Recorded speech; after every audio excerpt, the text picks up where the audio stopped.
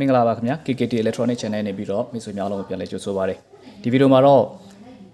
အရေးပေါ် emergency အသုံးပြုဖို့ပေါ့နော်ဒီပြီးပြတ်တဲ့ချိန်မှာအသုံးပြုဖို့မီးအိမ်လေးတစ်လုံးကျွန်တော်တို့အတူဆင်ကြမယ်ပေါ့နော်အဲ့တော့သူကကြတော့ဒီကောင်လေးကိုအသုံးပြုပါပဲသူက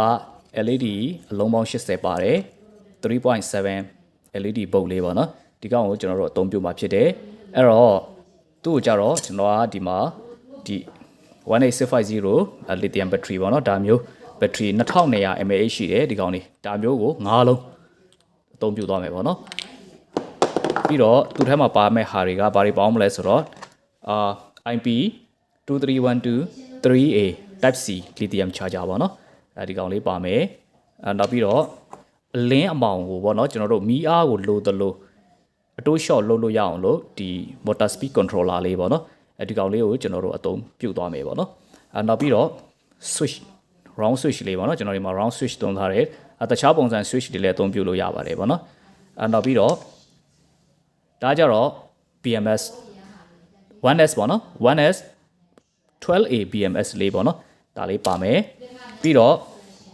card holder ပေါ့နော်ဒီ 3A charger ကိုဒါထည့်ဖွင့်ရအတွက်ဒီမှာ card holder လေးတစ်ခုပါမယ်ပေါ့နော်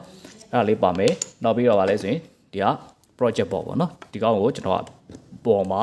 ဒီလိုပုံစံမျိုးလေးထားပြီးတော့ပေါ့နော်ပုံစံထားပြီးတော့ဒီမှာလှည့်ပြီးတော့မှကျွန်တော်တို့မီးအားကိုလိုသလိုချိန်မယ်ပေါ့နော်အဲ့ဒါလေးကိုကျွန်တော်တို့ဆင်ကြည့်ရအောင်ပေါ့နော်အဲ့သူ့ကိုဆင်မယ်ဆိုရင်ဒီတက်ခဲကို short ပြီးတော့လည်းအသုံးပြုလို့ရတယ်ပေါ့နော်ကိုက3-4နာရီလောက်ပဲခံကျင်နေဆိုရင်ဒါ battery ကို short ပြီးတော့လည်းအသုံးပြုလို့ရတယ်တညလုံးအသုံးပြုချင်တယ်ဆိုရင်တော့ကျွန်တော်အခုဆင်ပြသလို battery 5လုံးကိုအသုံးပြုပြီးတော့ဒါကျွန်တော်တို့တညလုံးကြီးပါဒါထွန်းလို့ရမယ်ပေါ့နော်အလင်းအားလည်းတော်တော်ကောင်းပါတယ်15ပေပတ်လဲခန်းလောက်တော့ဒါအေးအေးဆေးဆေးဒါလင်းအောင်ထုတ်ပေးနိုင်တယ်ပေါ့နော်ဟုတ်ပါပြီအဲ့ဒါလေးကိုကျွန်တော်လည်းအတူလိုက်ပြီးတော့ဆင်ကြည့်အောင်ပေါ့နော်ပထမဆုံး battery 5လုံးကို parallel တွဲလိုက်တယ်ပေါ့နော် parallel တွဲလိုက်တယ်ဒီပုံစံလေးတွဲလိုက်တယ်ပေါ့နော်ဒီပုံစံလေးတွဲလိုက်တယ်အဲ့တော့အားလုံးကို parallel တွဲတာပါ parallel ဆိုတော့ minus plus ချင်းတွဲလိုက်တယ်ပေါ့နော်အဲ့လိုတွဲမှကျွန်တော် project box မှာလာပြီးတော့စက်မှာမို့လို့ပေါ့နော်ဒီလိုထည့်ထားလို့ရမှာမို့လို့ပါအဲ့ဒါကြောင့်ကျွန်တော်ဒီပုံစံတွဲရခြင်းဖြစ်ပါတယ်ဟုတ်ပြီအဲ့တော့သူ့ကိုကျွန်တော်တို့ BMS တွေအရင်ပြီးတော့တတ်မယ်ပေါ့နော်ဟုတ်ပါပြီအဲ့တော့ဒီမှာ BMS ကိုကျွန်တော်တို့ဒီလိုလေးတွဲလိုက်တယ်ပေါ့နော်အဲ့တော့သူကကြတော့ဒါ 1S 12A BMS ဖြစ်ပါတယ်ဘာကြောင့်မို့ကျွန်တော်က 12A သုံးတာလဲဆိုရင် 3A BMS လည်းရှိတယ်ပေါ့နော်ဘာကြောင့်လဲဆိုရင်တော့သူဒီမီးကတ်တွေကကြတော့သူကအမြင့်ဆုံးလင်းအားအမြင့်ဆုံးထားမယ်ဆိုရင်သူကဒီ 3A ကျော်တယ်ပေါ့နော်သူ့ရဲ့စားတဲ့ ampere က 3A နီးနီးလောက်ရှိတဲ့အတွက်ကြောင့်မို့လို့ပေါ့နော်အဲ့ဒီလောက်ရှိတယ်အမြင့်ဆုံးခြေနေမှာဆိုရင်တော့ဒါ 3A ကျော်လေးပေါ့နော်နောက် 3A ပတ်ဝန်းကျင်မှာရှိတဲ့အတွက်ကြောင့်ကျွန်တော်က BMS ကိုဒါ 12A ကို BMS ကိုအသုံးပြုရခြင်းဖြစ်ပါတယ်အဲ့တော့ 3A BMS သုံးမယ်ဆိုရင်တော့ဒါအဆင်မပြေဘူးပေါ့နော်အဲ့အတွက်ကြောင့်ကျွန်တော် 12A ကိုသုံးတာပါအဲ့တော့ဒီမှာသူ့ရဲ့ဒီမှာ B+ B- နေရာကိုဒီလိုလေး wire လေးပေါ့နော်ဒီလိုလေးဆက်လိုက်တယ်ပြီးရင်သူ့ရဲ့ B+ P- နေရာမှာဒါအဝင်အထွက်ပေါ့နော်ဒီလိုလေးကြိုးတွဲလိုက်တယ်အဲ့ဒါကိုကျွန်တော်တို့က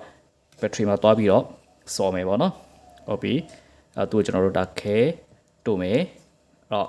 ဒီဘက်က plus ဖြစ်တဲ့အတွက်ဒီကအပေါင်းဘက်ကိုလာမယ်ပေါ့နော်ဒီအပေါင်းဘက်ကိုသွားပြီးတော့တို့မယ်ဒီ minus ကဒီအနှုတ်ဘက်ကိုသွားပြီးတို့မယ်ဒါပါပဲနော်အဲ့တော့ကျွန်တော်တို့တစ်ချက်တို့ပါမယ်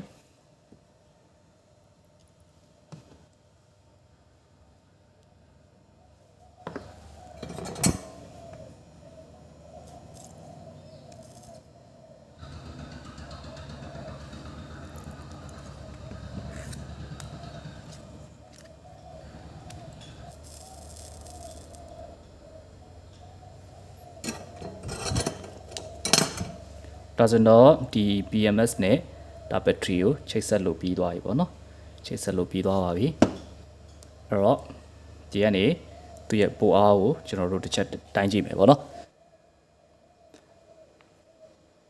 ဟုတ်ပြီ battery အားတော့ပြည့်တယ်ပေါ့နော်ဟုတ်ကဲ့ဒါဆိုတော့ဒါကိုချိတ်ကျွန်တော်တို့ဆက်ကျိုးဆက်တာပြီးသွားပြီပေါ့နော်ဒီ battery package ကိုသူ့ကိုဒီမှာကော်နဲ့ပဲဖြစ်ဖြစ်ကျွန်တော်တို့ဒါဝင်တိတ်နေဖြစ်ဖြစ်ဒါကျွန်တော်ပတ်လိုက်မယ်ပေါ့နော်ဟုတ်ကဲ့ပါပြီးတော့ဒီမှာ Type C 3ရဲ့ charger ကိုဒီလိုလေး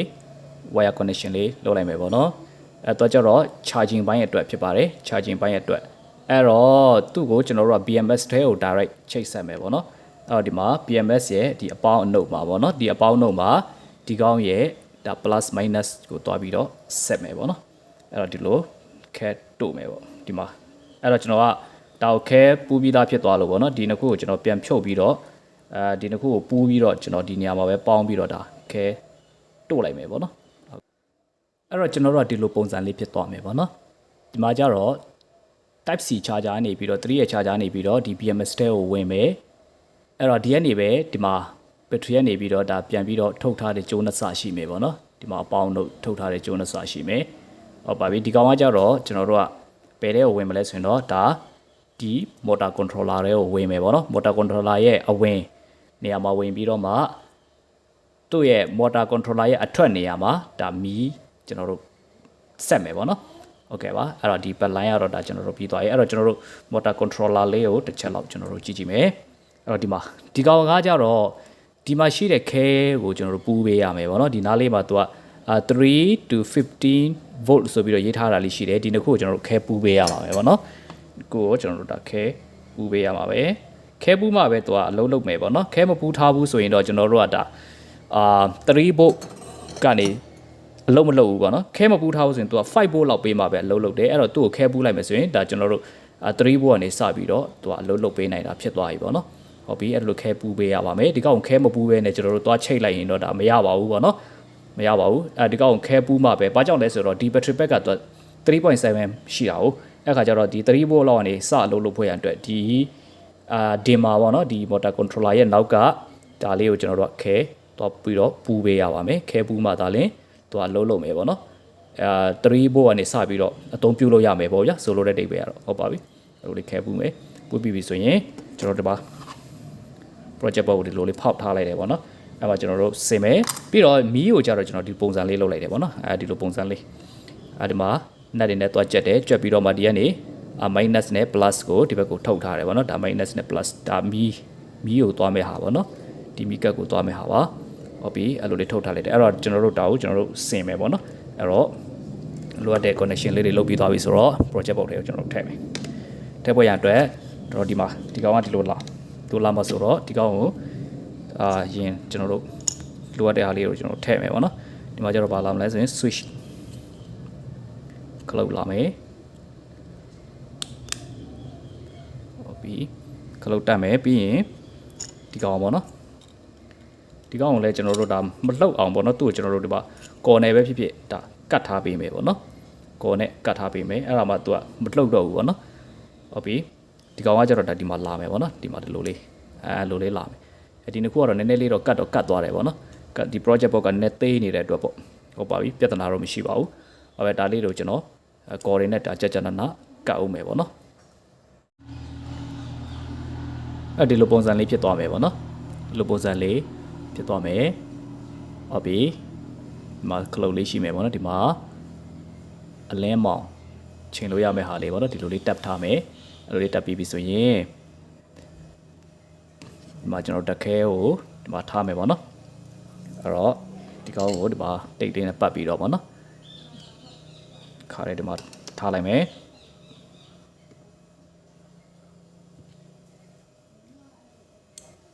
အောက်ကဒီအခန်းတပတ်တိတ်ရတော့ဒါကောင်းဖို့တော့လိုမယ်ပေါ့နော်တပတ်တိတ်မကောင်းဆိုရင်သူကခဏလေးနဲ့ပြန်ကွာကြတတ်လို့ပေါ့နော်တပတ်တိတ်အကောင်းစားတွေကိုသုံးပေးပါโอเคအဲ့လိုလေးလုပ်ပြီးတော့မှဒါဒီကောင်ပေါ့နော်ဒီကောင်ကိုကျွန်တော်ဒီမှာသွားပြီးတော့ထားလိုက်မယ်ပေါ့နော်ဒီနားလေးမှာသူ့ရဲ့အင်ကိုမှာပေါ့နော် holder မှာသွားပြီးတော့ထားလိုက်ပါမယ်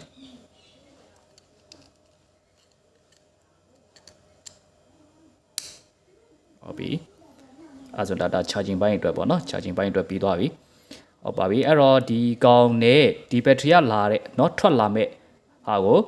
ဒီထဲကိုဝင်မယ်ပေါ့နော်ဒီကောင်ရဲ့ဒီ plus minus ထဲကိုဝင်မယ်ဒီပါ DC in ဆိုပြီးတော့မှဒီမှာရေးထားတယ်ပေါ့နော်အမှာ DC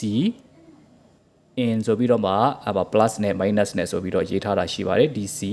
in plus minus အဲ့ထဲကိုဒီ battery ကလာတဲ့အပေါင်းတို့ကိုအဝင်ပေးလိုက်မယ်ပေါ့နော်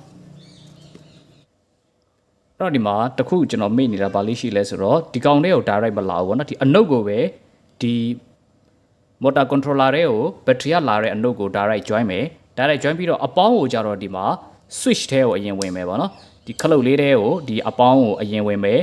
အပေါင်းကဒီအပေါ်ဘက်ပေါ့နော်ဒီခလုတ်ရဲ့အပေါ်ဘက်ကိုဒီ battery ကလာတဲ့အောင်ဓာတ်ရိုက်ဝင်မယ်ပြီးတော့ဒီအောက်ကနေပြီးမှပဲဒါဒီအောက်ကနေဒီ ဒီခလုတ်ရဲ့အောက်ငုတ်ကနေပေါ့နော်ကျိုးစထွက်ပြီးတော့အဲ့ဒီကျိုးစထွက်တဲ့ဟာတွေကနေမှပဲဒီ controller ရဲ့အပေါင်းတွေကိုဝင်မယ်ပေါ့နော်ဟုတ်ပါပြီအဲ့တော့အနုတ်ကတော့ဒါကျွန်တော်တို့ direct ဆက်မယ် direct ဆက်မှာဖြစ်တဲ့အတွက်ကြောင့် DCin minus ဒီဘက်ပေါ့နော်ဒီဘက်မှာကျွန်တော်တို့ direct ဝင်လိုက်မယ်ဟုတ်ပြီအဲ့တော့အနုတ်ကိုထည့်လိုက်ပြီပေါ့နော်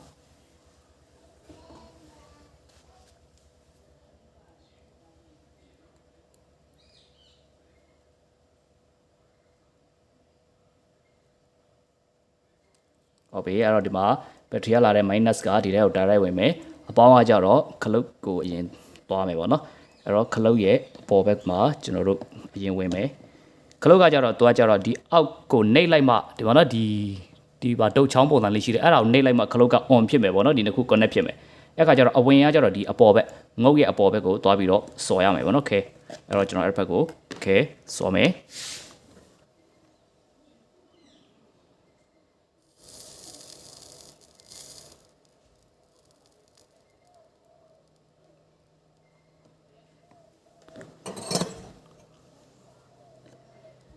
အဲ့တော့ဒီအောက်ကနေပြီးတော့မှဒါ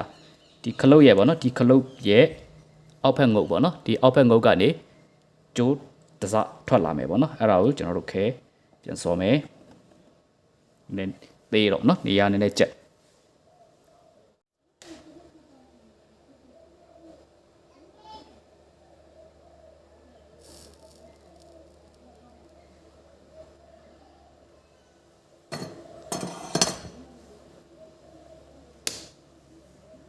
ဟုတ်ပြီအဲဒီအောက်ဘက်ကနေထွက်လာတဲ့ကြိုးစားဦးမှာ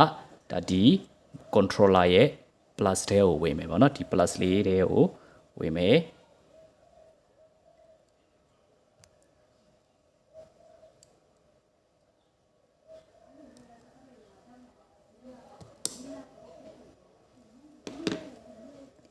โอเคအဲ့တော့ဘက်ထရီကလာတဲ့အပေါင်းကတော့ဒီမှာ switch ထဲကိုအရင်ဝင်တယ် switch ကနေထွက်လာမယ်ထွက်လာပြီးတော့မှပဲဒီ controller ရဲ့အပေါင်းထဲကိုဝင်မယ်ဘက်ထရီကလာတဲ့ node ကကြတော့ဒီ controller motor speed controller လေးတွေကိုတိုက်ရိုက်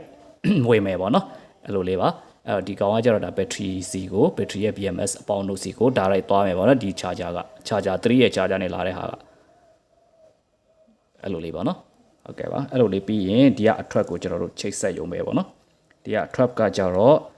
ဒီကောင်เนาะဒီကောင်ရဲ့အပေါင်းအနုတ်ဒီကောင်ရဲ့အပေါင်းအနုတ်ကဒီမှာလာပြီးတော့ထွက်မယ်ပေါ့နော်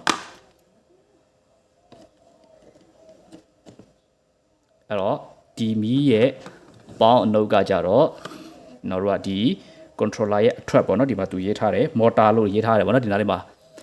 motor လို့ရေးထားတယ်ဒီ plus minus မှာတွားပြီးတော့ချိတ်ဆက်ပေးရုံပဲပေါ့နော်အဲ့တော့ဒီမှာ plus ချိတ်လိုက်မယ်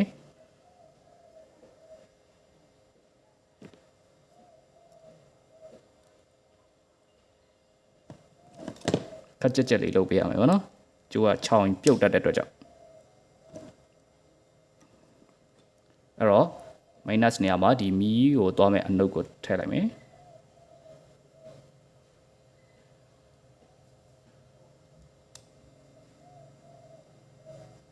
ဒါဆိုရင်တော့ဒါ connection အားလုံးပြီးသွားပြီပေါ့နော် connection အားလုံးပြီးသွားပြီဟုတ်ပြီအဲ့တော့အားလုံးနားလည်မယ်လို့ထင်တယ်အဲ့တော့ battery BMS တွေကတော့ကျွန်တော်ရှေ့ပိုင်းမှာကျွန်တော်ပြောပြီးပြီအဲ့တော့ battery ကနေဒါအဝင် battery ကိုအားသွင်းမဲ့ကောင်ကြတော့ဒီမှာ3ရဲ့ charger ပေါ့နော်ဒီ3ရဲ့ charger နေပြီးတော့ဒါ battery BMS ရဲ့ plus minus တဲ့ဝင်မယ်ဝင်ပြီးတော့အဲ့ဒီ BMS ရဲ့ဒီ P+ P- ကနေပဲဒါကျိုးနှစ်ဆပြန်ထွက်လာပြီးတော့အဲ့ဒီထွက်လာတဲ့ကောင်က minus ဒီ motor controller ရဲ့အနုတ်ထဲကိုဝင်မယ် plus ဒီဘာလဲဆိုရင်ခလုတ်ကိုယင်သွားမယ်ခလုတ်ကနေပြီးမှပြန်ထွက်လာပြီးတော့ဒီ motor controller ရဲ့အပေါင်းထဲကိုဝင်မယ်ပြီးရင်အထွက်ကိုကြတော့ဒီမှာဒီမီးကို direct ချိတ်ဆက်ထားမယ်ပေါ့နော်အပေါင်းတို့ဟုတ်ကဲ့ပါအဲ့တော့တစ်ချက်ကျွန်တော်တို့စမ်းကြည့်မယ်ပေါ့နော်ခလုတ်နေကြည့်မယ်အဲ့နော်လင်းအားတော့တော်တော်လေးမိုက်ပါတယ်ဟုတ်ပြီလင်းအားတော့တော်တော်လေးစူးတယ်ပေါ့နော်အဲ့ပါလင်းအားတော့တော်တော်လေးမိုက်ပါတယ်ဟုတ်ပြီရပြီအဲ့တော့ကျွန်တော်တို့ project ပေါ်ထဲထည့်မယ်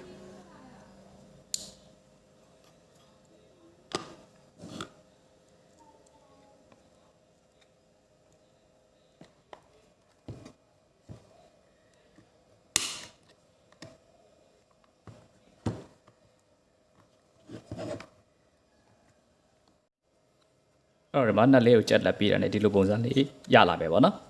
အဲ့တော့ဒီကောင်လေးကိုကျွန်တော်တက်မယ်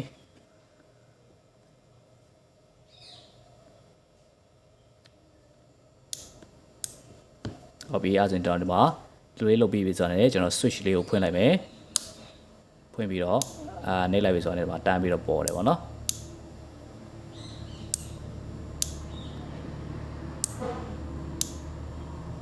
တကယ်တမ်းကတော့သူ့ကိုကျွန်တော်ကဒီမှာ switch ခံထားလို့ပေါ့နော် switch မခံလဲပြဿနာတော့မရှိဘူးဘာဖြစ်လို့လဲဆိုတော့ဒီကောင်ကဓာတ်ရိုက်သွား switch သဘောမျိုးအလုံးလုံးပေးနိုင်တယ်ပေါ့နော်အဲ့တော့ဒီမှာ switch ခံထားတယ်ဆိုတာကတော့ဒါအများတန်းဒီတဲကိုဒါဖြတ်မစည်းစေခြင်းလို့ပေါ့နော်မစည်းစေခြင်းလို့ကျွန်တော်တို့ကလက်စစ်ကိုဖြတ်မစည်းစေခြင်းလို့ဒါ switch ခံထားတဲ့သဘောလေးပဲပေါ့နော်ဒီအဝင်မှာပေါ့မခံလဲရတယ်ခံလဲပြဿနာတော့မရှိဘူးပေါ့နော်အဲ့တော့ဒီမှာနှိပ်လိုက်မယ်နှိပ်လိုက်ပြီးတော့သူ့ကိုကျွန်တော်တစ်ချက်ဖွင့်လိုက်မယ်ဆိုရင်တော့ဒီမှာလင်းအားတော့တော်တော်ကောင်းပါတယ်ပေါ့နော်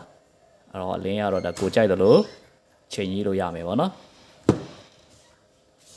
ကိုကြိုက်တယ်လို့ဒါချိန်လို့ရပါမယ်ဟုတ်ပြီဒါလေးကတော့ဒါကျွန်တော်တို့ဒီမီးပြက်နေတဲ့ချိန်မှာဒါအရေးပေါ်ပေါ့နော်အသုံးပြုလို့ရအောင်ဒီမှာလို့လေစင်ပြီးတော့သုံးမယ်ဆိုရင်ဒါတညလုံးအေးအေးဆေးဆေးသုံးပြုလို့ရတယ်ပေါ့နော်အဲ့တော့ချက်တော့ကြည့်ကြည့်အောင်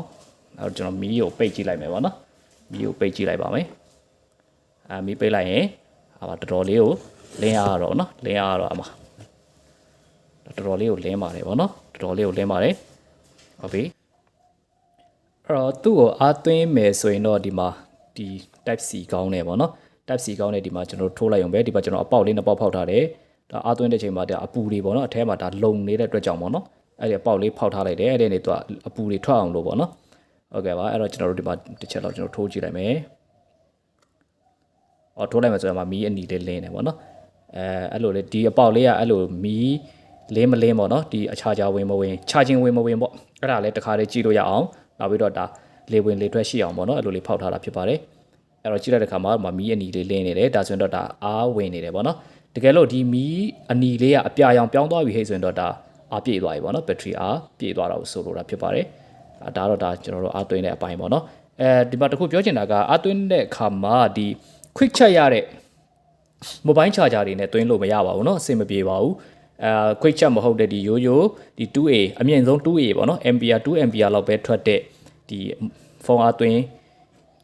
ဒီ charger တွေကိုပဲဒါအသုံးပြုပေးပါပေါ့เนาะ quick check ရတဲ့ဟာတွေနဲ့သွားသွင်းရင်ဒါ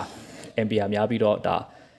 ကတ်3ရဲ့ကတ်ပျက်စီးသွားတာတွေဖြစ်တတ်လို့ပေါ့เนาะ sorry ခလုတ်ကိုဖွင့်ထားပြီးတော့မှကျွန်တော်ဒီကနေဖွင့်ပြီးတော့ဒီလိုလုပ်လဲရတယ်ဒါမှမဟုတ်လည်းခလုတ်ကိုပိတ်ထားပြီးတော့ခလုတ်ပိတ်ထားလိုက်တော့ဒီကောင်လဲ့နေလဲဒါမီးရမကူးတော့ဘူးပေါ့เนาะခလုတ်ဖွင့်မှပဲဒါ